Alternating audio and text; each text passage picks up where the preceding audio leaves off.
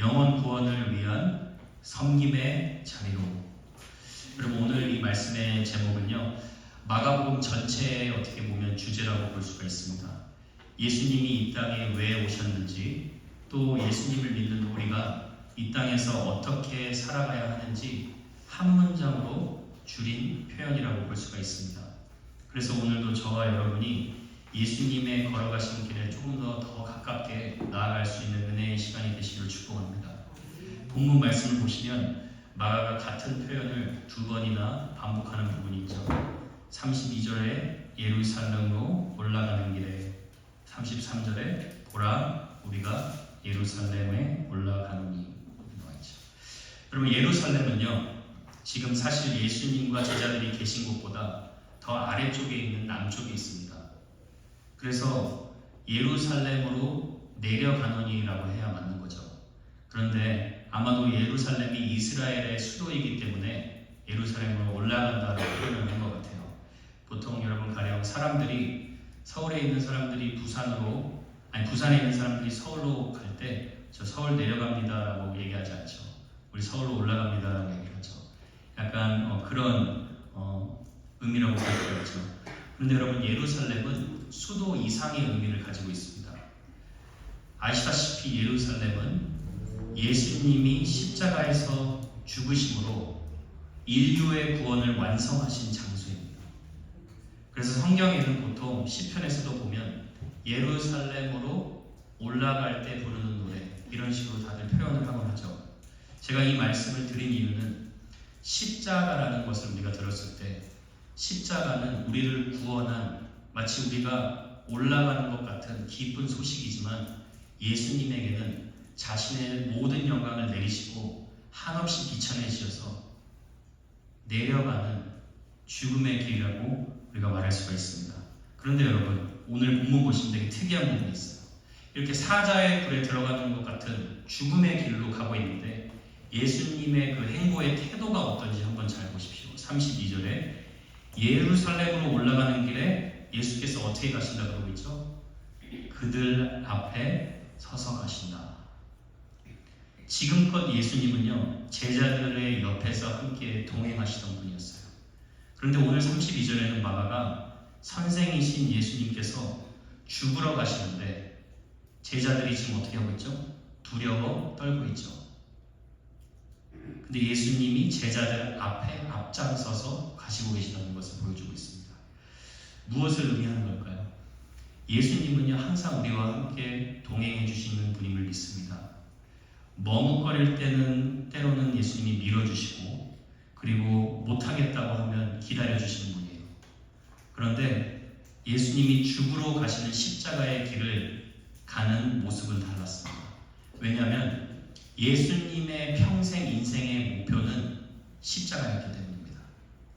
예수님은 우리를 구원하시기 위해 십자가로 죽으시러 가는 것이 인생의 미션 스테이먼이셨어요. 그래서 제가 무엇을 얘기하려고 하냐면, 예수님은 십자가에 가는 길에 억지로 끌려가신 분이 아니라는 거. 십자가는 자발적이고 적극적으로 주님이 순종하신, 우리를 향한 주님의 사랑이었다는 것을 보여주십니다.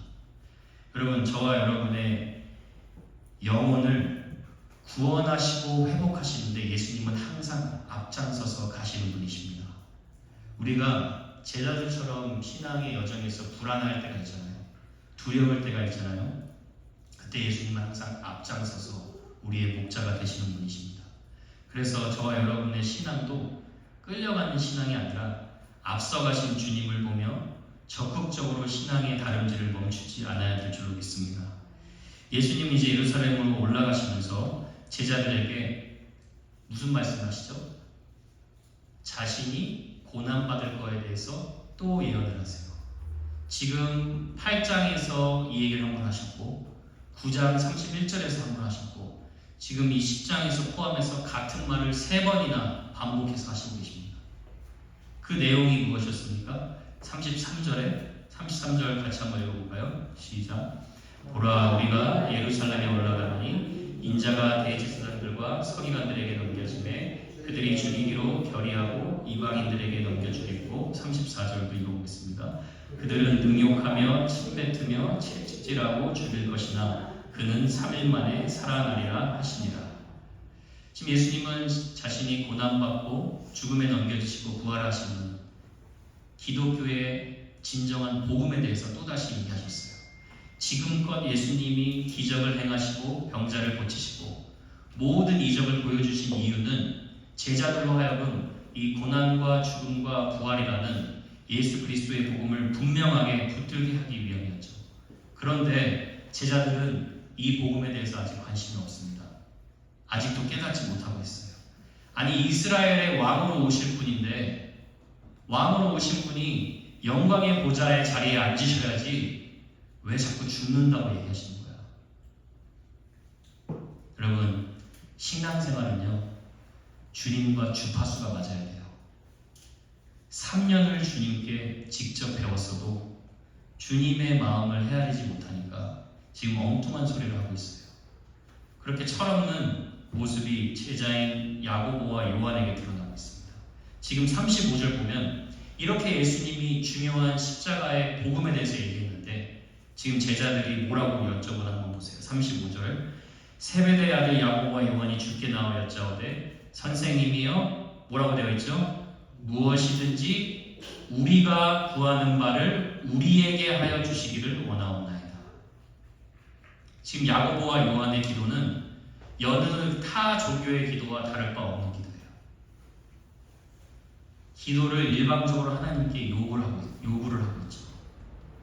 예수님은 분명히 이방인과 같이 중언부언으로 기도하지 말라고 하셨죠. 왜냐하면 하늘 아버지께서 너가 필요한 것을 분명히 다 아시고 채워주신다고 하셨죠.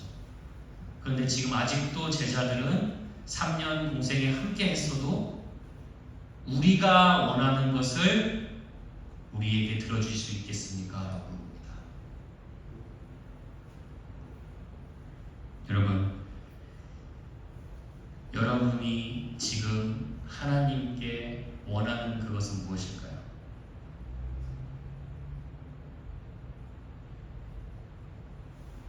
신앙생활에서 여러분 이래서 가장 중요한 것 중에 하나가 뭐냐면 하나님에 대한 바른 지식입니다. 하나님을 많이 아는 지식이 아니에요. 하나님을 바르게 하는 지식이에요. 지금 제자들은 누구보다도 하나님의 지식을 많이 쌓았어요. 누구보다도 하나님이 보여주시는 기적을 생생하게 경험했습니다. 그런데 아직도 이들의 기도를 보면 자기의 내면의 중심이 변하지 않았다는 것을 보여주고 있죠. 여러분, 진정한 기도는 무엇일까요? 우리 조국교회 문화에서는 능력 있는 기도라고 얘기할 때 오해하는 경우가 많아요.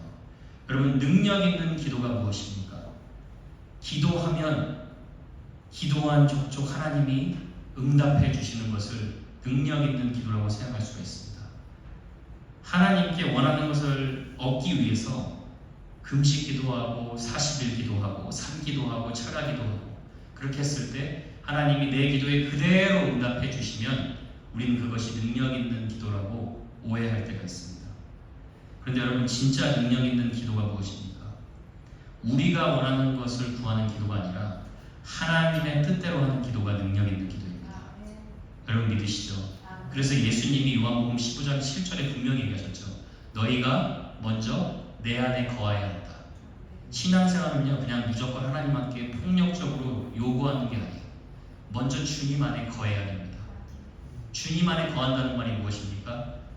내 말이, 내 말씀이 너희 안에 거해야 된다. 그러면 무엇이든지 원하는 대로 구하라. 내가 이루리라. 그렇게 얘기하시죠. 여러분, 기도의 능력은요, 하나님의 뜻대로 하는 거에 있습니다. 여러분이 기도하실 때 물론 우리가 필요에 대해서 자세히 기도하고 구하는 것도 너무나 중요합니다. 근데 진짜 능력 있는 기도는 무엇이냐면 그렇게 기도하는 거예요. 하나님, 제가 원하는 것을 내려놓을 수 있도록 주님께서 제 마음 가운데 역사해 주십시오. 하나님이 원하는 것에 순종할 수 있도록 주님 함께하여 주시옵소서. 여러분, 그것이 진정한 저와 여러분의 능력 있는 기도가 되어야 될 줄로 믿습니다. 근데 여러분, 이렇게 엉뚱한 것을 물어보는데 예수님이 제자들을 책망하지 않으시고 오히려 이제 또 한 가지 질문을 하세요. 36절에 이르시되 너희에게 무엇을 하여 주기를 원하느냐, 이렇게 물어봐요. 여러분, 예수님이 저와 여러분에게 지금 당장 이 자리에 함께 하시죠? 네, 무조건 들어주신다고 가정을 하고 지금 여러분에게 내가 너에게 무엇을 하여 주기를 원하느냐 라고 하면 여러분 어떻게 대답하실 수 있을 것 같아요? 그 질문에 여러분이 어떻게 답하느냐가 지금 여러분의 마음에 가장 소원하고 있는 것이에요.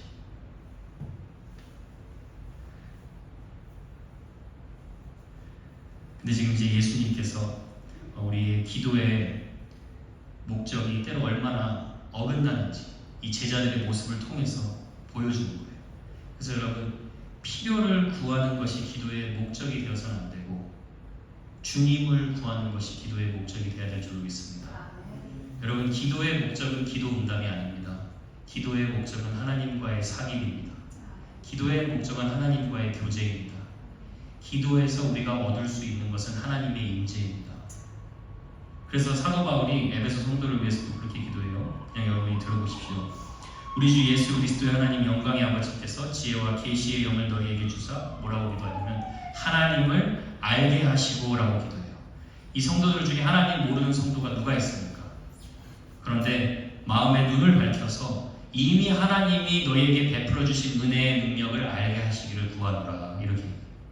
그러니까 하나님 우리에게 모든 은혜의 능력을 베풀어 주셨어요. 중요한 건 우리가 영안이 열려야 되는 거예요. 여러분, 하늘문이 열려야 돼요. 우리가 기도할 때는요, 정말 우리가 원하는 것이 내려지고 하늘문이 열려서 하나님이 원하시는 것 순종할 수 있는 기도의 시간이 되시길 축복합니다. 야고보와 요한이 이제 무엇을 원하냐는 질문에 철도 없이 어처구니없는 대답을 합니다. 37절에 보니까 여짜오되 주의 영광 중에서 우리를 하나는 주의 우편에 하나는 좌편에 앉게 하여 주옵소서. 참 제가 예수님이라면 이런 제자들 데리고 3년을 함께 하겠다고, 이런 제자들을 위해서 죽겠다고 영광의 자리 한 자리씩 다 가는 거예요. 여러분, 하나님의 뜻을 헤아리지 못할 때는 순종보다 자리가 더 보이는 거예요. 교회 안에서도 하나님의 뜻을 헤아리지 못하는 잘못된 사람들이 자리를 찾는 것입니다. 겸손함보다는 힘싸움을 하고 싶어합니다. 그것이 인간의 모습이라고 볼 수가 있어요. 그러니까 예수님이 어떻게 말씀하시죠? 너희가 지금 뭘 구하는지 너희는 알지 못하는도다. 너네 지금 오늘 말로 말하면 너네 무슨 말을 하는지 알고 말하는 거니? 이렇게 물어보시는 거예요. 그랬더니 예수님이 이렇게 말씀하십니다. 내가 마시는 잔을 너희가 마실 수 있으며 내가 받는 세례를 너희가 받을 수 있느냐라고 물어보세요. 그랬더니 제자들이 뭐라고 얘기합니까? 네, 그럴 수 있습니다 라고 얘기를 해요. 여러분, 여기서 말하는 잔과 세례는 제자들이 지금 생각하고 있는 영광의 자리에서 축배를 올려드릴 행복의 잔이 아니에요. 고난의 잔을 말하는 거예요. 세례도 하나님의 심판을 말하는 거예요. 그런데 그것도 모르고 당연히 그렇게 주님의 고난을 참여할 수 있습니다 라고 당당하게 말합니다. 여러분, 원래 뭣도 모르면 당당하고 용감한 법이에요. 저와 여러분의 모습이 사실 뭣도 모를 때 당당하고 용감합니다. 그렇죠? 근데 예수님이 뭐라고 말씀하시냐면 이렇게 말하세요. 이렇게 무모한 고백을 하는데 제자들을 믿어주세요. 39절 한번 보세요. 다시 한번 보세요. 그들이 말하되 할 수 있나이다. 그랬더니 예수님이 말씀하시죠. 예수께서 이르시되 너희는 내가 마시는 잔을 마시며 내가 받는 세례를 받으려니와. 지금 요한과 야고보도 나의 고난에 동일하게 동참할 거라고 인정해 주시는 거예요. 뭣도 모르고 지금은 철없이 영광의 자리를 차지하겠다고 싸우고 있는데 주님은 미래에 오순절 날에 성령이 너희 안에 임한 후에는 너희가 누구보다도 나를 사랑하고 나를 위해 전부를 드릴 수 있는 십자가의 용사가 될 거야 하고 믿어주시는 거예요. 여러분, 하나님이 우리를 그렇게 믿어주시는 거예요. 하나님이 우리를 그렇게 기다려주시는 거예요. 저를 한번 따라해 보세요, 여러분. 내 신앙생활의 행복은 주님께서 나를 항상 믿어주시는 것이다. 여러분, 그래서 성경에 하나님은 약속의 하나님이에요. 하나님이 우리를 부르셨기 때문에 부르신 분이 그것을 취소할 수 없어요. 철없다고 취소할 수 없고 흔들린다고 취소하지 않고 미쁘신 이가 부르신 대로 또한 이루시리라 약속하시죠. 여러분, 그래서 저와 여러분이 지금 주님 안에 있으면 여러분 자격 미달이라는 게 없는 거예요. 중도 포기도 없어요. 여러분이 포기하고 싶어도 포기할 수 없어요. 왜냐? 주님이 저와 여러분을 포기하지 않으시기 때문입니다. 주님은 저와 여러분을 부르신 대로 합당하게 빚어가시는 분이심을 여러분이 믿기를 축복합니다. 그래서 사도행전에 보면 이 야고보와 요한이 자신이 무모하게 고백한 대로 그런 삶을 살게 돼요. 사도행전 16장에 보면 야고보가 복음을 전한 이후에 어떻게 되죠? 감옥에 갇히게 되죠. 감옥에 갇히고 나서 헤롯의 왕의 칼에 찔려서 처음으로 순교하게 됩니다. 여러분, 지금 오버랩이 되십니까? 영광의 자리에 내 한 자리 좀 주십시오. 이 사람이 주님이 끝까지 붙들어 주시고 포기하지 않으시니까 가장 먼저 주님을 위해 순교하는 자로 변해있는 거예요. 요한도 마찬가지죠. 복음을 전하다가 밤모섬에 유배되어서 계시록을 기록하고 순교하게 됩니다. 여러분, 제가 이 본문을 묵상하면서 제 마음 가운데 얼마나 아직 예수님의 목자의 심정이 부족한지 다시 한번 보며 회개하게 됐습니다.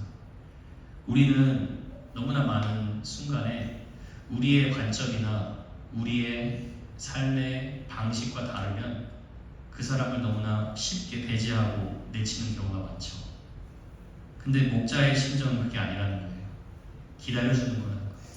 인내하고 또 인내하라는 거예요. 인내하고 또 말씀을 가르쳐주는 거예요. 말씀을 알아들을 때까지, 지켜 행할 때까지 끝까지 가르쳐주는 거예요.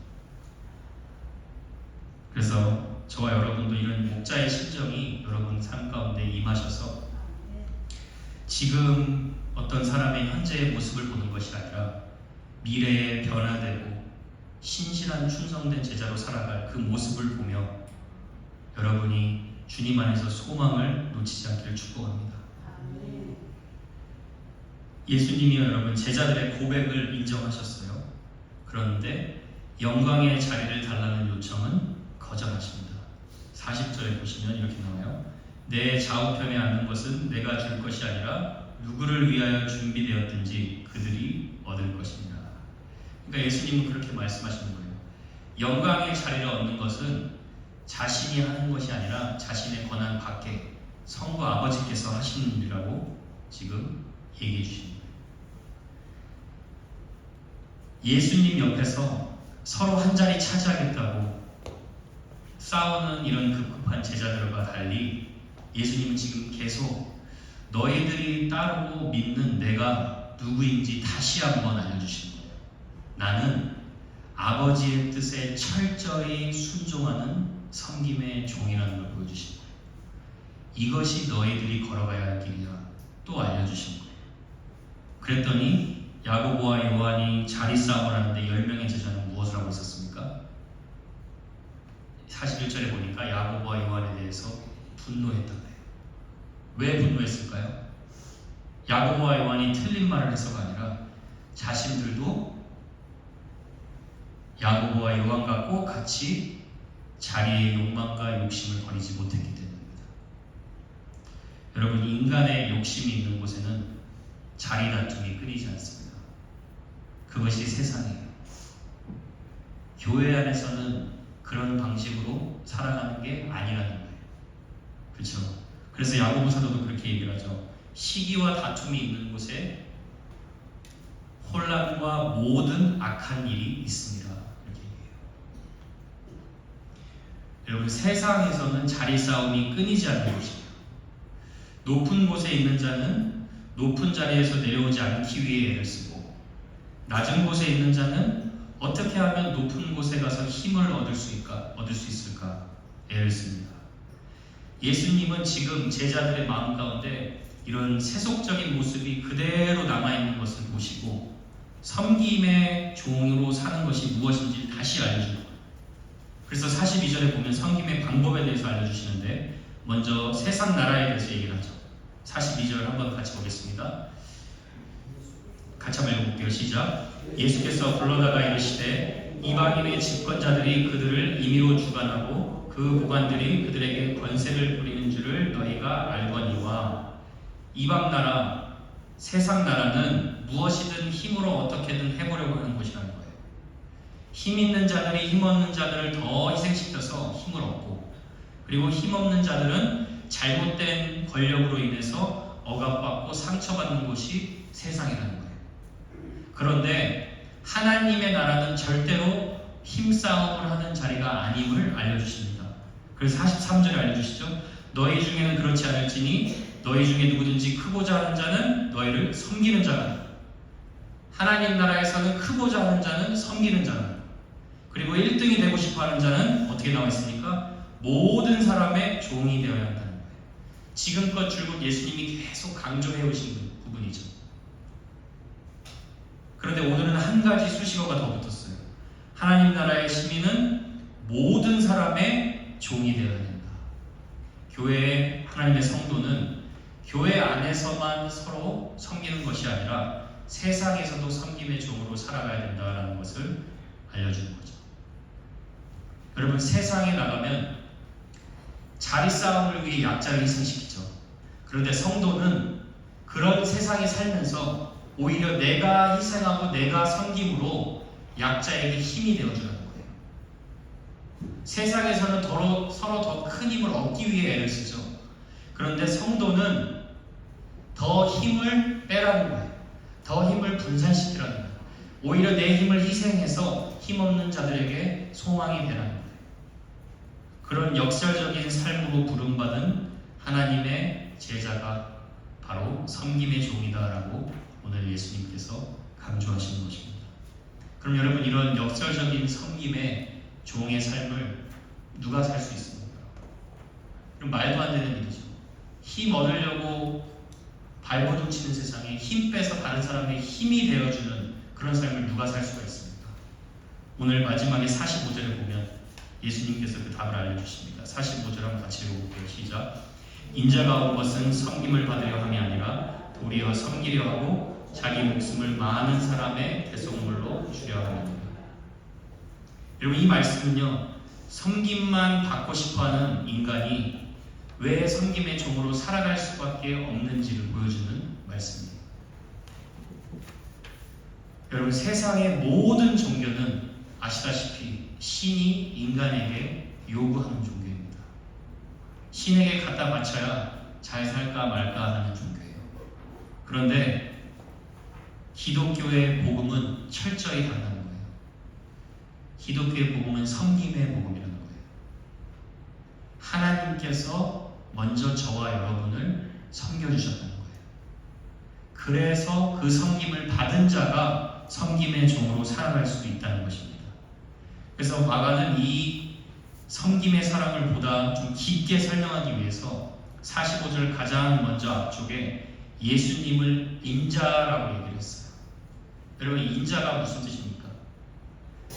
인자는 보통 사람의 아들이다, 예수님이 인성을 가지셨다, 그래서 참 사람이셨다라고 우리가 생각할 때가 많죠. 근데 이런 인자라는 칭호는 제일 먼저 사용된 곳이 다니엘서예요. 다니엘서 7장 13절 14절 보면 다니엘이 예수님을 표현할 때 이런 칭호를 사용합니다. 13절 한번 같이 읽어볼게요. 시작. 내가 또 밤 한산 중에 보니 인자 같은 이가 하늘 구름을 타고 와서.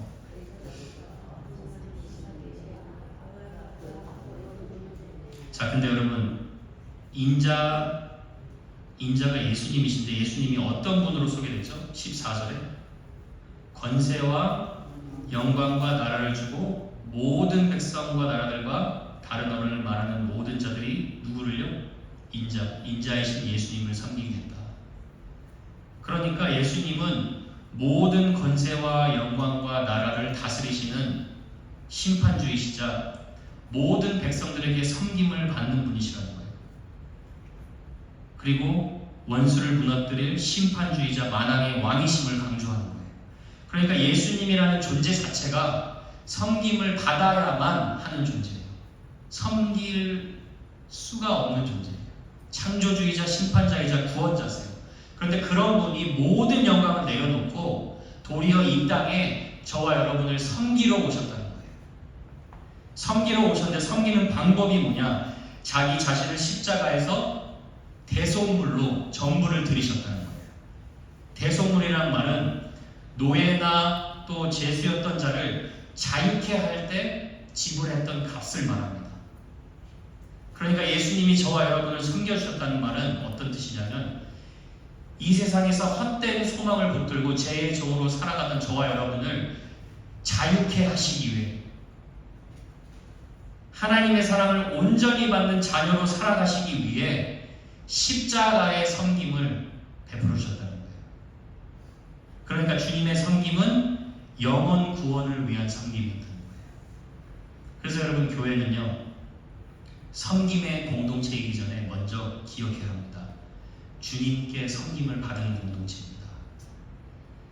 섬김을 받은 자들의 모임이 교회예요.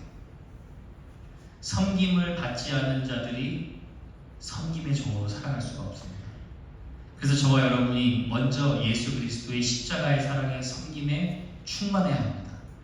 그래야 섬김의 종으로 살아갈 수 있어요. 가난한 자를 구제하는 일은 자선단체가 더 잘할 수 있어요. 사회의 약자를 돕는 일은 복지단체도 더 잘할 수 있습니다. 그런데 영혼 구원을 위해 섬길 수 있는 유일한 공동체는 하나님이 이 땅에 교회를 남겨두셨습니다. 그것이 바로 저와 여러분이라는 거예요. 그래서 여러분이 먼저 내가 예수 그리스도의 섬김을 받은 그 십자가의 사랑을 받은 하나님의 사랑임을 기억하시길 바라고, 그럴 때 여러분이 이 세상과 역사하는 섬김의 종으로 살아갈 수 있을 줄로 믿습니다. 그럼 여러분, 제가 이제 선생이신 우리 예수님처럼 우리가 섬김의 종으로 살아가야 되지 않겠습니까? 그럼 이제 우리가 어떻게 구체적으로 섬김의 종으로 살아갈 수 있는지 마지막으로 3가지만 실천 사항을 나누고 마치도록 하겠습니다. 여러분, 첫 번째로는요, 기도로 남을 섬겨야 합니다. 예수님은요, 공생의 시작부터 십자가의 지식까지, 십자가에서 마지막 하는 말까지 기도하셨습니다. 주님, 저들이 나에게 하는 짓을 알지 못합니다. 저들을 용서하여 주시옵소서. 끝까지 기도하신 분이에요. 매일 하나님 아버지께 자신을 의탁하시고 매일같이 자신의 제자들이 믿음이 떨어지지 않게 해달라고 기도하셨습니다. 지금도 죽으시고 부활하셔서 하늘보좌 우편에 앉아서 저와 여러분을 위해서 너 내가 지키고 있다, 너 내가 천국으로 인도하고 있다 중보하고 계십니다. 여러분 믿으십니까? 그럼 그 길 따라가려면 저와 여러분이 남을 위해서 기도해야 돼요. 다른 사람을 위해서 기도해야 돼요. 여러분, 여러분을 위한 기도, 여러분 가족을 위한 기도는 누구나 할 수 있어요. 그런데 다른 형제 자매를 위해서 기도로 섬겨야 합니다. 하나님은요, 여러분, 주님께서 우리에게 가르쳐 주신 기도가 무엇입니까? 첫 번째 기도가 뭡니까? 하늘에 계신 우리 아버지는 내 아버지 아닙니다. 하나님은 항상 우리로 옮겨가시길 원하세요. 하나님은 우리로 옮겨가시는 기도의 공동체를 쓰십니다. 왜냐? 기도의 공동체는 영혼을 보살피고 있다는 공동체예요. 영혼을 보살피고 있는 공동체에게 영혼을 맡기십니다. 그럼 저와 여러분이 정말 내 가족뿐만 아니라 우리 교회 안에 있는 형제자매뿐만 아니라 정말 예수 믿지 않는 내 주변의 영혼들 놓고 정말 한번 눈물로 기도해 볼 때 하나님은 저희들을 사용하실 줄 믿습니다. 저 여러분, 중보기도 통이 비어 있어서 너무나 목회자로서 속상합니다. 개인적으로 너무 속상해요. 제가 기도 채워놓으라고 한 6개월 전에 제가 여러분에게 말씀드렸는데 중보기도 뉴 제목이 하나도 없어요. 그러면 제가 여러분 알아서 잘한다고 믿어야 되는 거예요? 아니면 기도할 거리가 없었던 거예요? 목회자로서 보통 속상한 얘기 아닙니다.